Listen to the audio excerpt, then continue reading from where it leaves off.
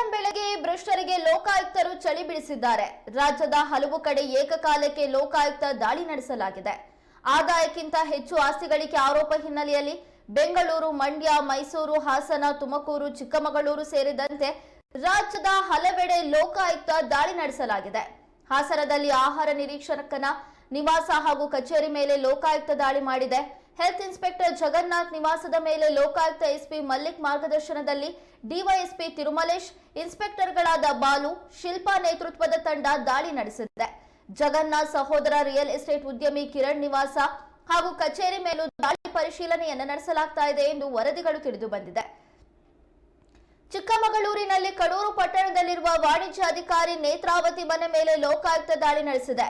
ನೇತ್ರಾವತಿ ಅವರು ತರೀಕೆರೆ ವಾಣಿಜ್ಯ ತೆರಿಗೆ ಇಲಾಖೆ ಅಧಿಕಾರಿಯಾಗಿದ್ದಾರೆ. 13 ವರ್ಷದಿಂದ ಅಧಿಕ ಆಸ್ತಿ ಹೊಂದಿರುವ ಆರೋಪ ಹೊಂದಿದ್ದಾರೆ.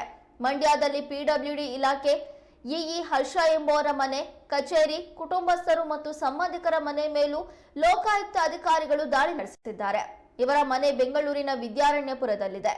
ಮಂಡ್ಯದ ಕಚೇರಿ, ಮಾವನ ಮನೆ, ನಾಗಮಂಗಲದಲ್ಲಿರುವ ಫಾರ್ಮ್ ಹೌಸ್ ಮೇಲೆ ದಾಳಿ ನಡೆಸಲಾಗಿದೆ.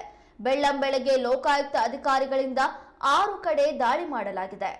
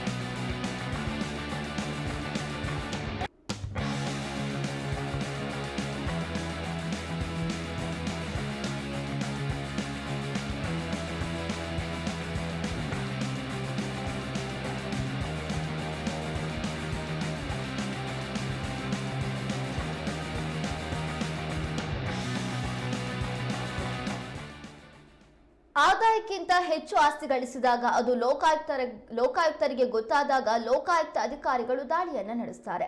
ಇವತ್ತು ಬೆಳ್ಳಂಬೆಳಗ್ಗೆ ರಾಜ್ಯದ ಹಲವಾರು ಕಡೆ ಏಕಕಾಲಕ್ಕೆ ಲೋಕಾಯುಕ್ತ ಅಧಿಕಾರಿಗಳು ದಾಳಿ ನಡೆಸಿದ್ದಾರೆ.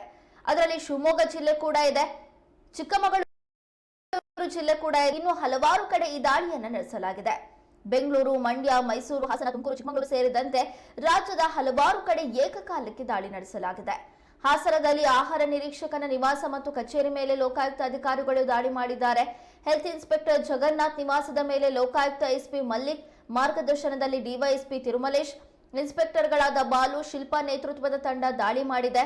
ಇನ್ನು ಜಗನ್ನಾಥ್ ಸಹೋದರ ರಿಯಲ್ ಎಸ್ಟೇಟ್ ಉದ್ಯಮಿ ಕಿರಣ್ ನಿವಾಸ ಹಾಗೂ ಕಚೇರಿ ಮೇಲೂ ದಾಳಿ ಪರಿಶೀಲನೆ ಮಾಡಲಾಗ್ತಾ ಇದೆ ಎಂದು ವರದಿಗಳಿಂದ ತಿಳಿದು ಬಂದಿದೆ.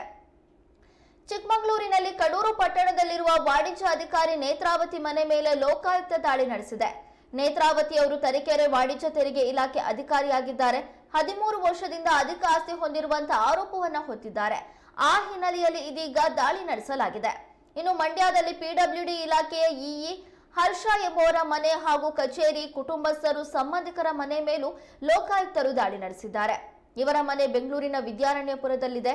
ಮಂಡ್ಯದ ಕಚೇರಿ, ಮಾವನ ಮನೆ, ನಾಗಮಂಗಲದಲ್ಲಿರುವ ಫಾರ್ಮ್ ಹೌಸ್ ಮೇಲೆ ದಾಳಿ ಮಾಡಲಾಗಿದೆ. ಈ ಮೂಲಕ ಬೆಳ್ಳಂಬೆಳಗ್ಗೆಯೇ ಲೋಕಾಯುಕ್ತ ಅಧಿಕಾರಿಗಳು ಭ್ರಷ್ಟ ಅಧಿಕಾರಿಗಳಿಗೆ ಚಳಿ ಬಿಡಿಸುವ ಕೆಲಸವನ್ನ ಮಾಡಿದ್ದಾರೆ.